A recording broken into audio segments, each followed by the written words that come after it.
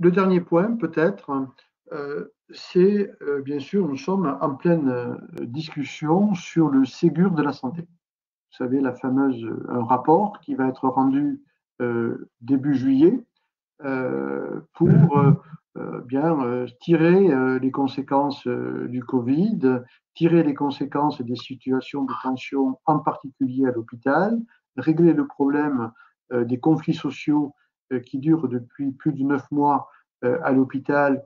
Et vous avez vu qu'ils envisagent une manifestation le 16 juin.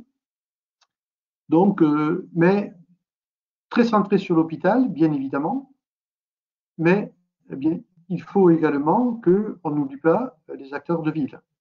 Parce que la population applaudissait à 20 heures, elle n'applaudissait pas que les services de réanimation.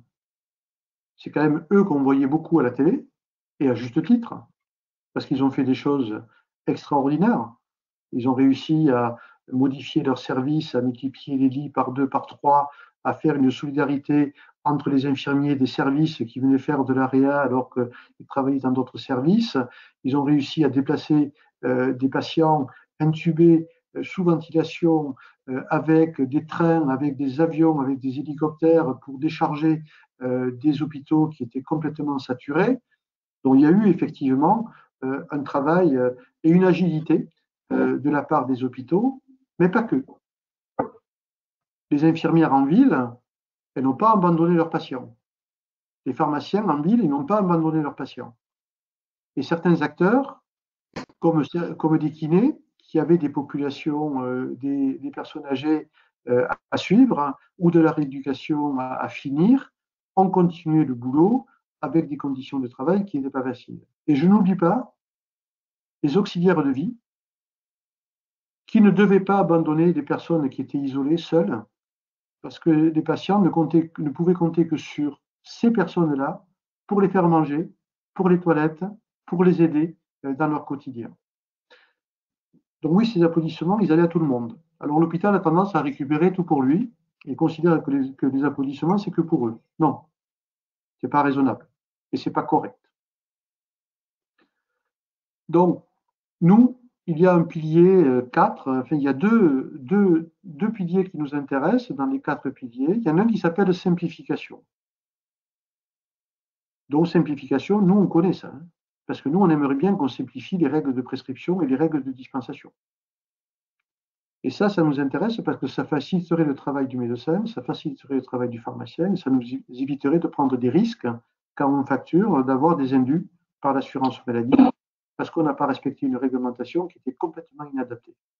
Donc ça, le chantier du SPO l'a ouvert il y a à peu près 1 an. Eh bien, on va utiliser le Ségur pour accélérer ce travail de simplification, de dispensation et de prescription. L'autre chantier, bien évidemment, c'est ce qu'ils ont appelé territoire. C'est comment on s'organise sur les territoires.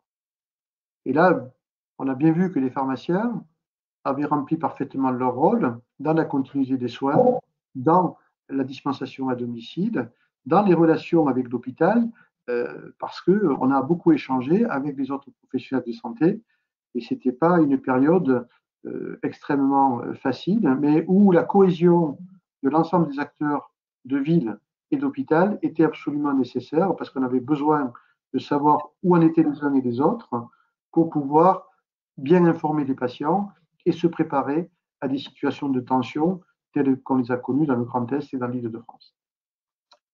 Donc, on va profiter de ce pilier 4 pour faire des propositions. Nous avons eu un conseil d'administration hier, et c'est ce que rappelait Renaud tout à l'heure, avec une production d'un travail détaillé sur un certain nombre de propositions.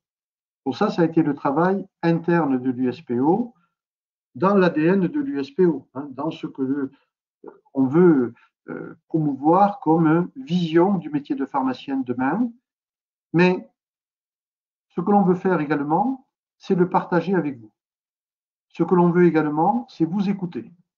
Ce qu'on veut également, c'est échanger avec vous pour finaliser ces propositions et les porter avec les arguments que l'on c'est à mener pour arriver à convaincre, et vous en avez eu la preuve sur l'évolution du métier depuis 3 ans.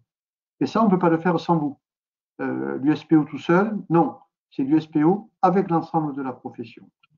Donc, on a décidé, mardi prochain, donc, on va être le 12, c'est ça? Pardon?